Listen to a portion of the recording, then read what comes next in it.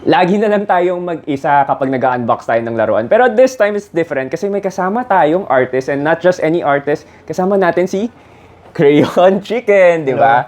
So, si Sir kasi magre-release siya ng figure niya. Ito, bago naming figure with Mind Style. Ito nga pala si Collector Mates Nox. So, limited edition lang siya kasi ilang pieces lang ba ang ginagawa niya to, Sir? Bale ito, same nung kay Sir Big Boy, ano rin, 2,000 pieces din. Oo. Tapos usually, di ba, pagka 2,000 naubos, wala na. So, it's a collector's item talaga, no? So, dagdag pa rin natin, sa September 14, Tama. merong signing and release. Tama ba? Meron kaming signing and release mismo nitong toy sa may Big Boys Toy Store sa may Shopsville sa September 14. Oo. So, kung ako sa inyo, guys, puntahan nyo yung event kasi bibihira lang na mag-sign and doodle on the day itself sa mismong release, no?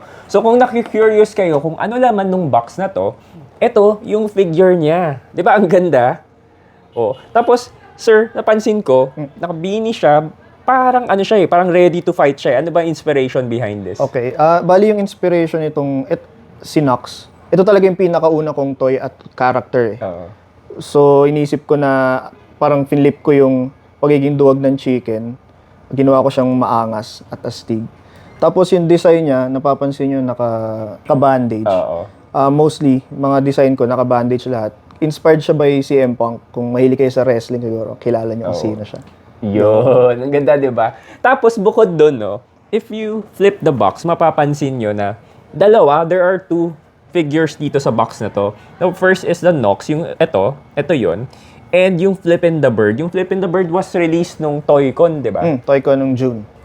And yun yung gustong-gusto ko na, sabi ko, unang kita ko, ito yun, no? Unang kita ko, Sir, gusto ko ng copy. Yan. So, muha tayo sa kanya. And magre-release rin yata sila sa September 14. And ewan ko kung meron pa, baka konti na lang, Tingin ko no? konti kasi na-sold out yung naka-alat na Allocation. stock sa Toy-Con. Oh, so naubos na sa Toy-Con to. So, hopefully, meron pa kayong ma-release na ano. Para, tingnan mo, kasi kung side by side mo siya, di ba, ang ganda? Ang gandang i-display. And then, 13, this is 13, number 13, and ito, number 14. Tapos, both of them, limited rin. And then, kung ako sa inyo, ipa-sign or ipa-doodle nyo na yung figure dito sa ulo, no? Get a Sharpie and then have it signed here. So, si Sir, napakagaling mag-doodle. In fact, ang dami kong kinukwento, no?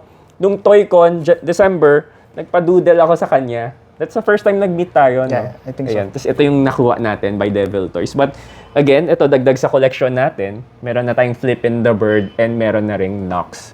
So, hopefully, this Saturday, sa September 14, magkita-kita tayo dun sa Big Boy Toy Store at Takits. bihira lang guys, puntahan nyo na. Yun lang.